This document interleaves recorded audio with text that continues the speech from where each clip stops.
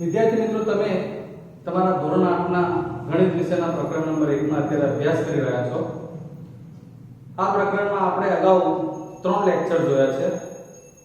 જેમાં પહેલો લેક્ચર કે જેમાં થિયરી હતી, બીજા અને ત્રીજા લેક્ચરમાં સ્વાધ્યાય 1.1 એના પ્રશ્ન નંબર 2 થી 11 જોયા છે.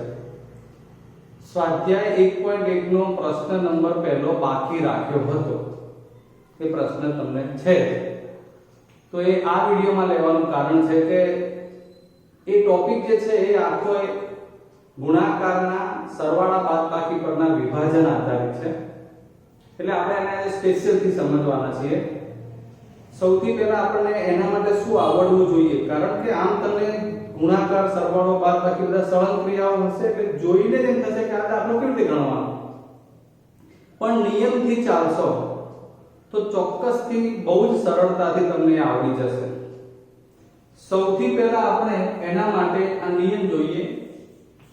આપણે તમને ગુણાકારનું સરવાળા પર આવી રીતનું વિભાજન શીખવાડ્યું છે. બરોબર ધ્યાન રાખો શું થાય છે.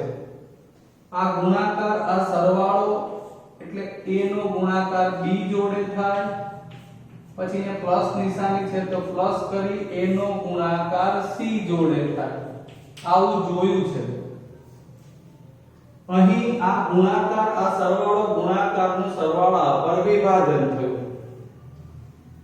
તમારે અત્યારે આની રિવર્સ પ્રક્રિયા કરવાની થાય છે. કેવી રીતે? તો આપણે એની ઓળખ કેવી રીતે કરશું? તો સૌથી પહેલા તમે જુઓ, આ a બે વાર છે, એની સાથે b અને c એટલે કે જુદું કોઈ પણ પદ હોઈ શકે. એટલે તમને આપેલા પદનો પ્રકાર આવો હશે કે જેમાં એક સરખા બે પદ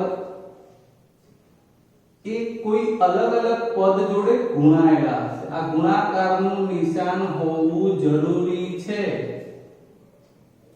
એટલે એક પદ એનો બીજા પદ જોડે ગુણાકાર, પાછું એવું જ પદ આની જોડે ગુણાકાર, અહીંયા પ્લસ કે માઈનસ કોઈ પણ હોઈ શકે. ક્લિયર? એટલે ગુણાકારના સંબંધવાળા બે અલગ અલગ પદો જોવાના અને એમાંથી સમાન પદ હોય, જો આની રિવર્સ પ્રક્રિયા કરતા હો તો જે સમાન પદ છે એ લેવાનું અને તરત ગુણાકારના સંબંધમાં એ ગુણાકારની નિશાની નહીં લખો તો ચાલશે. પણ ગુણાકારના સંબંધમાં અહીંથી આ b અને આ પ્લસ હોય તો પ્લસ, માઈનસ હોય તો માઈનસ અને આ c, એટલે આ પ્રકારે વિભાજન થઈ ગયું. એટલે એનું રિવર્સ આપણને આવડવું જોઈએ. શું હશે એ ફરીવાર કહી દઉં. ગુણાકાર સાથે બે પદો આપેલા હોય, વચ્ચે પ્લસ કે માઈનસ ની નિશાની જરૂરી. અહીંયા ગુણાકારની નિશાની હોય તો નિયમ નહીં લાગે. અને એક સરખું પદ જે હોય એ એક સરખું પદ આગળ લખવાનું, કૌંસ કરી, અને આ પહેલું પદ પછી અહીંથી બીજું પદ. બરાબર છે? એટલે એ રિવર્સ થઈ જશે. ચાલો હવે એના અનુસંધાનમાં અહીંયા દાખલો ગણવાનો છે. જો આ શરૂઆત આવડી જશે તો ચારે દાખલા ખૂબ સરસ રીતે તમે ગણી શકશો. વિભાજનના નિયમનો ઉપયોગ કરી કિંમત શોધો. તો સૌથી પહેલા આવું સ્વરૂપ તમારે ચેક કરવાનું. આવું એટલે આપણે જે કહ્યું a ગુણ્યા b, a ગુણ્યા c, અર્થાત બંનેમાં એક સંખ્યા સમાન હોય, બીજી અલગ અલગ હોય અને વચ્ચે પ્લસ માઈનસ, તો વચ્ચે આ રહ્યું પ્લસ. આ a ગુણ્યા b, a ગુણ્યા c સ્વરૂપ છે કે નહીં ચેક કરીએ. તો અહીં તમે જુઓ 4 પંચમાંશ જે છે બંનેમાં સમાન છે. ઓકે? એટલે 4 પંચમાંશ આગળ લખવાના.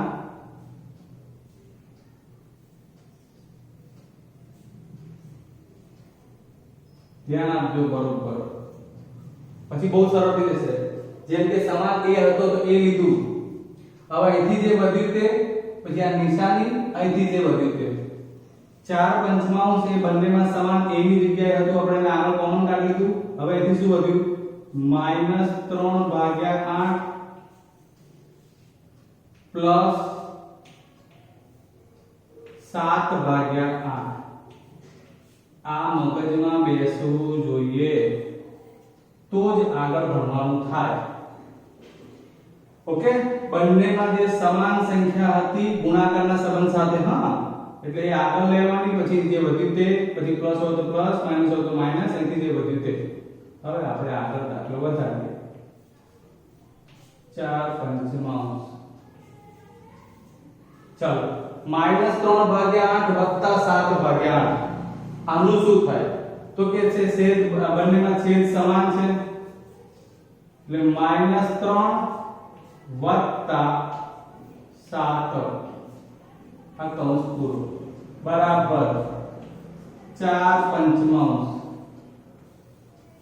-3 વત્તા 7 બરાબર છે. આ કેમ આવ્યું? છેદ સરખા, અહીં સરવાળાની ક્રિયા છે મિત્રો, અહીં ગુણાકાર નથી. તમારે અપૂર્ણાંકોના સરવાળા બાદબાકી અહીંયા આવે, એટલે એ પ્રમાણે આગળ જવાનું. તો છેદ સરખા હતા, પછી -3 વત્તા 7 એટલે 7 ઓછા 3. હવે આમાં બાદબાકી થાય ને, પ્લસ માઈનસ એટલે માઈનસ, એટલે કે 7 માંથી 3 બાદ થાય એટલે કેટલા વધે? 4, નીચે 8.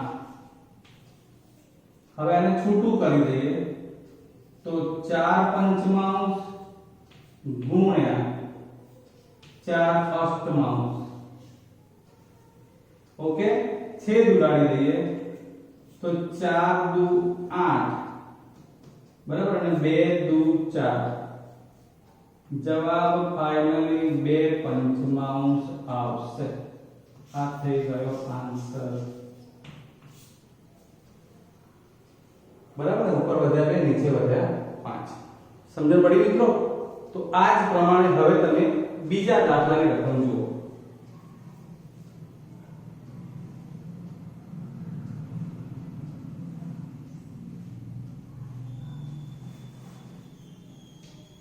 આને પણ કંઈક આ રીતે ગણવાનું છે. આપણું દરેક વખતનું કામ આ જ છે. આજનો જે આ ટોપિક છે એમાં દરેકમાં સૌથી પહેલા આપણે એ શોધવાનું, અર્થાત બે ગુણાકારના અલગ અલગ પદ હોય તો એમાંથી સમાન પદ શોધવાનું. આ રહ્યું સમાન પદ. ચલો વિચારો જોઈએ. હું બોલું છું, તમારે વિચારવાનું છે. શું કરશે સાહેબ? તો કે 8 ભાગ્યા 15 લખશે, મોટો અથવા છગડીયો કૌંસ કરશે. અહીંથી 8 ભાગ્યા 15 સામાન્ય નીકળી ગયા એવું સમજીએ તો વધે અહીંથી 9 ભાગ્યા 12 પ્લસ નું નિશાન છે, અહીંથી વધે -3 ભાગ્યા 4. બરાબર. એક સ્ટેપ ઉપર ધ્યાનથી સમજો. સૌથી પહેલા સમાન પદ હતું એ કોમન કાઢ્યું, અહીં વત્તાની કે માઈનસની નિશાની ફરજિયાત છે. જે વધ્યા તે પદો લખ્યા. હવે અહીંયા આગળ સાદુરૂપ એટલે કે આ પ્લસ કરવું હોય તો એ 3 ચોક 12 કે એવું કઈ ઉડે નહીં, કારણ કે વત્તાની નિશાની છે. તો આપણે ત્યાં છેદ સરખા કરવા પડે. આ 9 12 છે, અહીંયા શું કરીએ તો છેદ સરખા થાય? તો છેદમાં 3 વડે ગુણવું પડે, એટલે 4 તરી 12 થઈ જાય. તો ઉપર પણ 3 વડે ગુણવાનું, -3. આ અહીંયા આમાં ફેર છે. અહીંયા બંનેમાં 8 8 સમાન આવી જ ગયા હતા, અહીંયા નથી તો લાવવા પડે. એટલે દાખલામાં થોડું એટલું વધ્યું છે, બસ બાકી બધું કામ સેમ છે. આ 9 12 આ 12. મિત્રો હવે આ પ્લસ માઈનસ છે ને, એના હિસાબે તમે આ ચલો અત્યારે પ્લસ લખી નાખો. 3 તરી -9. ધ્યાન આપજો. બરોબર. 8 ભાગ્યા 15. હવે આ 12 છેદમાં સરખા. આ 9 પ્લસ માઈનસ એ -9. 8 ભાગ્યા 15. 9 માંથી 9 જાય તો 0. 0 ભાગ્યા 12 એટલે આખો જવાબ થઈ જશે 0. 0 જોડે કંઈ પણ ગુણો ભાગો, એ જવાબ એનો 0 એટલે શૂન્ય જ આવે. ક્લિયર મિત્રો? આ બે દાખલા જે નાના નાના સ્વરૂપે આપણે માત્ર ને માત્ર પ્લસ કે માઈનસ થી છૂટા પડતા અવયવોમાં એટલે કે સંખ્યાઓમાંથી સમાન પદ શોધી અને આ વિભાજન વાળો રિવર્સ નિયમ સેટ કર્યો છે. હવે તમારા સ્વાધ્યાયના દાખલા. સ્વાધ્યાય 1.1 સ્વાધ્યાય 1.1 કે જેની અંદર પહેલો દાખલો છે એની રકમ વાંચો.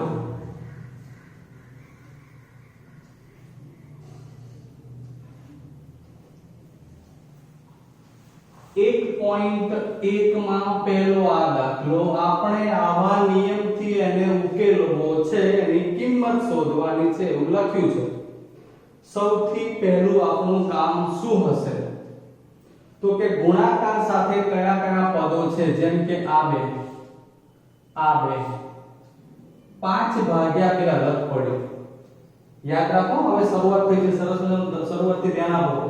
આ બંને ગુણાકાર સાથેના એની જોડેની સંખ્યાઓ છે, એટલે આ બેને આપણે જોડે વિચારી શકીએ, જેમાં કૌંસમાં હતું ને એ પ્રમાણે 5 ભાગ્યા 2 અલગ પડે છે. ચલો આપણે એને પહેલા એ રીતે લખીએ તો -2 તૃતીયાંશ ગુણ્યા 3 પંચમાંશ -3 પંચમાંશ ગુણ્યા 1 છઠ્ઠમાંશ અને વત્તા 5 દ્વિતીયાંશ. આને આપણે અલગ પાડી. હવે આ બેની પેર, આ બેની પેર, just like this, આની સાથે સરખાવો અને વિચારો કે આ બંને પેરમાંથી સામાન્ય મળે તેવું, એટલે કે એક સરખું પદ કયું છે. એટલે એ તમારે વિચારવાનું, પછી હું લખું તો એમાં તમને એક સરખું પદ કયું દેખાશે. હવે તમે વિચારી શકો એમ છો, તો એ આવ્યું 3 પંચમાંશ. કયું? 3 પંચમાંશ. તો આની જેમ એને આપણે કોમન કાઢવાનું. 3 પંચમાંશ કોમન કાઢવું કે આપણે વિભાજનના નિયમ પ્રમાણે સામાન્ય લઈ લીધું. તો અહીંથી વધ્યું -2 તૃતીયાંશ અને અહીંયા શું વધ્યું? તો મોટા ભાગે ખાસ ધ્યાન આપો, વિદ્યાર્થીઓ શું વિચારે કે અહીંયા 1 છઠ્ઠમાંશ છે, લાવ લખી દઈએ. પણ આ નિશાનીનું શું? આપણે તો ધન 3 પંચમાંશ કોમન કાઢી છે. બરોબર સમજો, આ જે નિશાની છે એ નથી કાઢી. 3 પંચમાંશ જ લીધું છે, એટલે આ માઈનસ નું પદ અહીં ગુણેલું છે, ગુણાકાર છે, એટલે -1/6. એટલે આપણે એને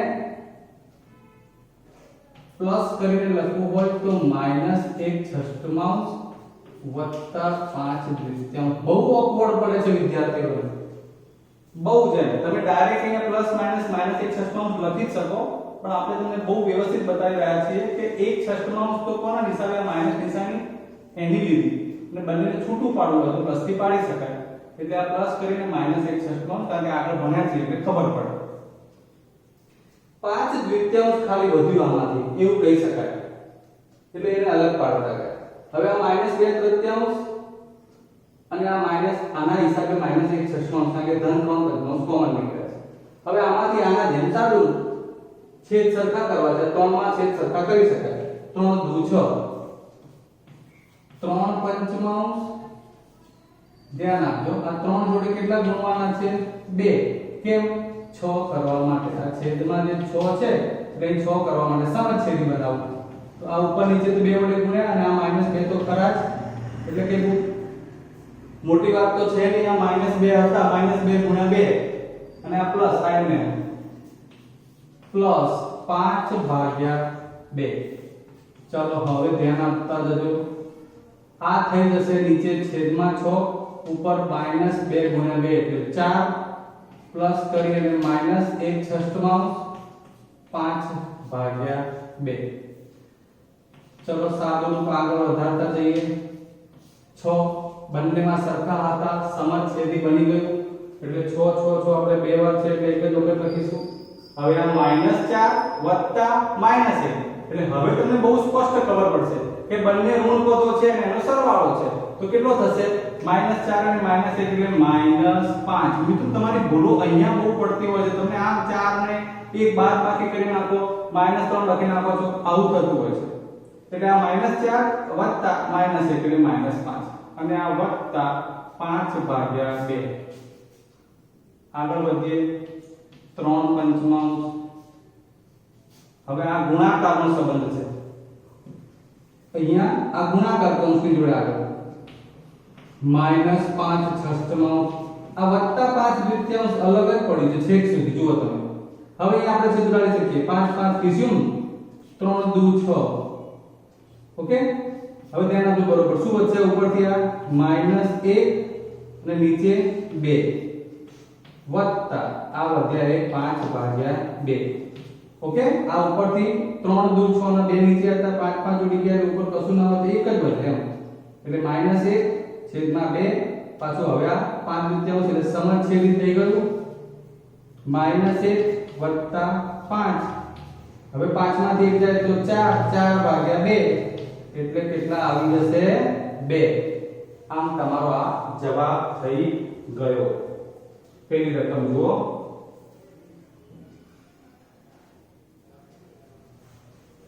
બહુ જ સરસ દાખલા છે. એકવાર પદ્ધતિ મગજમાં ક્લિયર થઈ જશે એટલે આવડી જ જશે. આમાં તમારે વિચારવાનું છે દર વખતની જેમ કે કયા બે ગુણાકારના પદોની જોડી છે. તો પહેલા આપણે આની જોડે આ ગુણાકારની જોડી સમજી શકીએ, આ જોડી સમજી શકીએ, આ જોડી પણ સમજી શકીએ. તો આનો પ્રશ્ન થાય કે સાહેબ અહીંયા તો 5 દ્વિતીયાંશ અલગ પડતું હતું, અહીંયા બે જોડી હતી અને બે જોડી હોય તો આપણે કામ કરી શકીએ છીએ, તો આમાં તો 3 જોડીમાં કેવી રીતે કરશું? વિચારો. સૌથી પહેલા તમે એવું વિચારો કે કઈ બે જોડીમાંથી મને એક સરખી સંખ્યા મળે છે. હું શું બોલ્યો? કઈ બે જોડીમાંથી મને એક સરખી સંખ્યા મળે છે. આ બે માંથી મળે છે એક સરખી સંખ્યા, એટલે કે 2 પંચમાંશ બંનેમાં હોય કે -3 સત્તાંશ હોય એવું છે? તો એનો જવાબ છે ના. ચલો આ બે માં જો, આમાં 2 પંચમાંશ, આમાં હા છે 2 પંચમાંશ, અર્થાત આ બે જોડીને આપણે જોડે રાખવાની થાય. સૌથી પહેલા આપણે એક કામ કરીએ, 2 પંચમાંશ ગુણ્યા -3 સપ્તમાંશ. હવે આને કૌંસ કરીને નહીં લખો તો તમને સમજણ હોવી જોઈએ -3 મારે ઉપર લખવાના, વત્તા 1/14 ગુણ્યા 2 પંચમાંશ -1/6 ગુણ્યા 3 દ્વિતીયાંશ. ઓકે, આનું સાદુરૂપ આપી દઈએ તો 3 દુ 6, બરોબર સમજી લેજો. 3 દુ 6 ગુણાકાર થાય. અહીંયા તમે સાદુરૂપ આપી શકો, પણ એ કશું ઉડવા નથી આપણે, અને ઉડાડી કોઈ ફાયદો નથી. કેમ કે 2 પંચમાંશ કોમન લેવાના છે, એટલે એમાં કોઈ જગ્યાએ કઈ છેદ ઉડાડવાનું કે કઈ છંછેડવાનું જ નહીં. આમાં એટલા માટે કહ્યું કે સાદુરૂપ આપતા આવે. હવે ધ્યાન આપજો બરોબર. અહીં 2 પંચમાંશ કોમન કાઢીએ છીએ. ચલો કૌંસમાં શું વધે? અહીંથી -3/7 વત્તા 1/14. બરોબર. આ 2 પંચમાંશ ફરીવાર 2 પંચમાંશ ના આવે, બરોબર ધ્યાનથી સમજો. બંનેમાં કોમન હતું એટલે કાઢી લીધું સામાન્ય, પછી ગુણાકાર હતો એટલે આ નિશાનીમાં આ પદ લખ્યું -3 સપ્તમાંશ, આ વત્તા લખ્યું અને આ 1/14.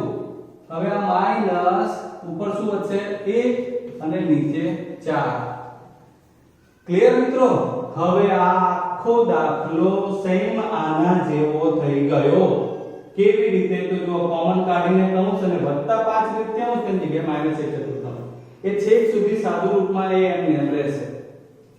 જોઈએ હવે આપણે 2 પંચમાંશ એમને એમ રહે. 2 પંચમાંશ છગડીયો કૌંસ હવે અહીંયા 14 છે, 14 બનાવવા પડે એટલે 7 ગુણ્યા 2 તો ઉપર 2 વડે ગુણ્યું -3 1/14 -1/4. એ તો એમને એમ લખવાના જ. અહીં આ નીચે 2 વડે ગુણ્યા છેદ સરખા કરવા, કારણ કે પ્લસ માઈનસ છે, સરવાળો બાદબાકી છે એટલે તમારે અપૂર્ણાંકોના સરવાળા બાદબાકી પ્રમાણે આ પદ અહીં અલગ વધશે. જો 2 પંચમાંશ પણ એમને અહીં થઈ ગયા 14, 3 દુ -6 અને આ -1/4. 2 પંચમાંશ હવે ધ્યાન આપતા જાઓ. સાદું 14 -6 + 1 અને આ -1/4 એમ લખો. 2 પંચમાંશ ગુણ્યા ડાયરેક્ટ લખી રહ્યા છીએ -6 + 1 એટલે -5/14. -6 + 1 એટલે માઈનસ પ્લસ એટલે માઈનસ એટલે બાદબાકી. 6 માંથી 1 જાય એટલે 5, મોટા પદનું ચિહ્ન. મિત્રો તમને વારંવાર આ બાબતની સૂચના અને સમજાવવામાં આવે છે કે અહીંયા ભૂલો ન થવી જોઈએ. બહુ જ જો -4 વત્તા -1 એટલે બે ઋણનો સરવાળો 5 થયો, પણ માઈનસનું નિશાન મોટા પદનું, એ પ્રમાણે અહીંયા પણ મોટા પદનું, પણ માઈનસ પ્લસ છે એટલે બાદબાકી થઈ. આ બેનો ગુણાકારનો સંબંધ છે, આ હજુ અલગ પડે. હવે અહીંયા કેવું ઉડતું હોય તો બોલે હા 5 5 2 સિત્તા એટલે વધ્યું શું ઉપરથી -1 સપ્તમાંશ અને -1 ચતુર્થાંશ. ચલો ઓકે, આ -1 વધ્યો ને છેદમાં 7, આ -1 ચતુર્થાંશ. આનું સાદુરૂપ આપવાનું છે એટલે તમે ચોકડી ગુણાકારથી પણ આપી શકો અને બંનેમાં છેદ સરખા કરીને પણ આપી શકો. અત્યારે આપણે ચોકડી ગુણાકાર કરીએ એટલે તમને બે રીત આવડી જાય. તો આ 4 ને 1 જોડે એટલે -1 ગુણ્યા 4 થાય. પછી આ -7 ને 1 જોડે એટલે 7 ગુણ્યા 1 થાય. છેદમાં બંને ગુણાય એટલે 7 ગુણ્યા 4 થાય.